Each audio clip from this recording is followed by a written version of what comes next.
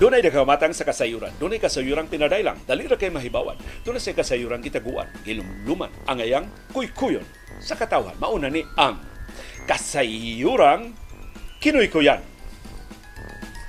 Nagsunod-sunod naman og ulbo ang gihulagway nga mga bolilyaso sa administrasyon ni may krama nga suspendido. Giunsa man din niya pagduma ang iyang trabaho. Mauna ba ni ang resulta?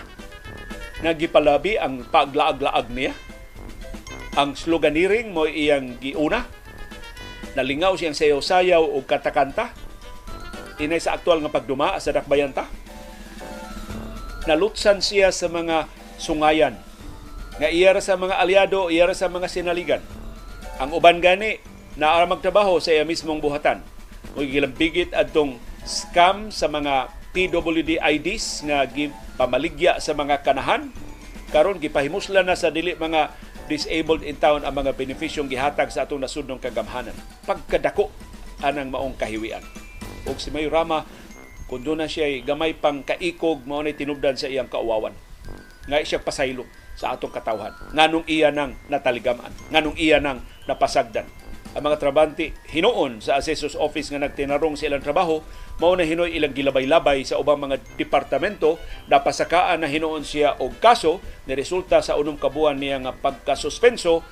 Nagawas nga wa siya madawat nga sweldo, di na siyang kagamit sa bisan unsang resources sa atong gobyerno. Unang hasta to iyang rally sa Hunyo 12, posible nga mo resulta sa pagkaapiki. Kung musugot ang taga DILG na pasakaan og kaso ang hingtungdan nga department head og mga kawani nganong gigamit ang resources sa City Hall para sa kang may krama nga rally na di naman siya mayor sa Cebu City. Mauna ni ang sangputanan na si Mayor Rama nagpabaya sa iyang katungdanan. Gipakaingon niya ang iyang pagkamayor sa atong dakbayan, mahimo ra niya nga duwa-duwaan, mahimo ra niya nga eksibisyonan. Ay karon, mauna ni ang sangputanan. Daghan ang nitumaw nga mga kahiwian o nahadlok ko maulang ni ang sinugdanan. Daghan pa kaitang mahibawan sa musunod nga mga adlaw nga makahahadlok nga mga kasayuran giun sa pagwari-wari ang atong panudlanan tungod ani mga sinaligan sa mayor nga lain og katuyuan. Dili ang pag-alagad sa atong katawhan kundi ang pagpaburot sa ilang personal nga mga panudlanan.